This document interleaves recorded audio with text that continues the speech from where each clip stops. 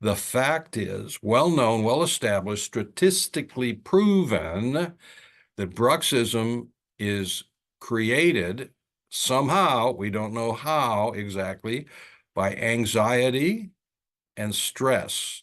And if you want to add worry, stressors. That is statistically proven, and it is also intuitively known by everybody. If you live on planet Earth, you will be stressed. You will have anxious times and worry, which somehow converts through the central nervous system into constant motion of the jaw muscles, which are then called bruxism. Bruxism is clenching, grinding during the night or the day, or both. It does not have to be noisy. It can be silent with just clenching.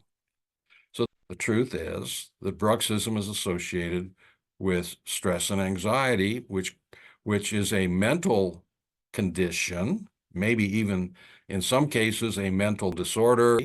Everybody has stressors.